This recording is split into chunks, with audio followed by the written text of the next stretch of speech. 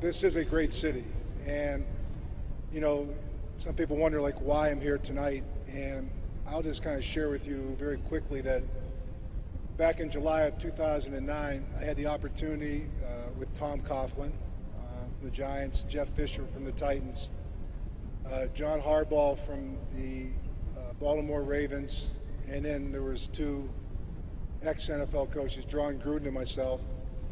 We had a chance to go to Iraq, and we were there for 5 days, 4 nights, over July 4th. Watched the vice president come over and go through a naturalization process of taking 300 of the people that were enrolled and make them U.S. citizens and what it meant to them. And I was just over there for that short period of time, and Brian has been over there so many times, and me and like him like myself, we didn't serve. But if you've been over there, you realize how moving of an experience it is.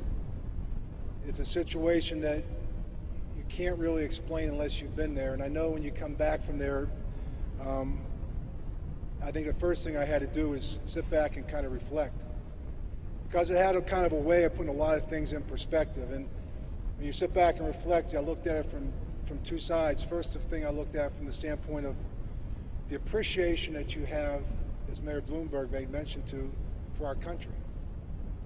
A lot of things that we take for granted back here that get lost when you leave this country and you go over into a situation that isn't Europe, it isn't something that you planned out for 6 days. You're going over to an unknown area, not sure what you're going to see or experience. And doing that in the midst of being around people that have to be aware 24/7. But you do have this appreciation for our country, to be able to live dreams in this country, the opportunities that we are given, you know, the luxuries we have, the beauty and the choices that we are given, the freedom that we have in this country. And the second way I reflect back is the men and women who are serving over there. You're talking about the service that they give, the sacrifices that they make, and the dedication that they are giving for our freedom. And you get over there, and I sat there and ate lunch with them. A lot of them don't realize why they're over there, but you see the camaraderie, you see how proud they are. They're carrying rifles on their back, and they can only put it down when they eat. The rifles on some of them are as big as they are. They're 18 and 19-year-old kids. And yet, the self-pride that they have, the commitment that they show, and the self-worth that they feel by being there and representing our country, it's moving. So, you know, I sit there and just say that, you know, there's challenges that we have every day, and there's sacrifices that we have to make to meet those challenges. But they really bear a minimum what the greatest challenge that these young men and women are making across when they serve. They're putting themselves in harm's way every day. They're risking their lives.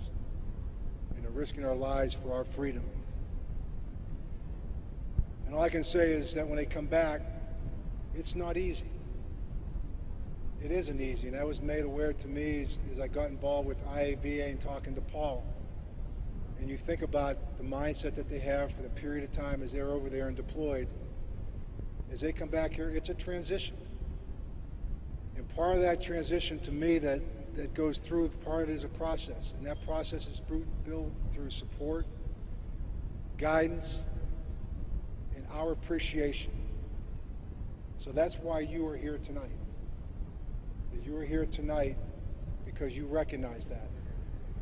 And it's important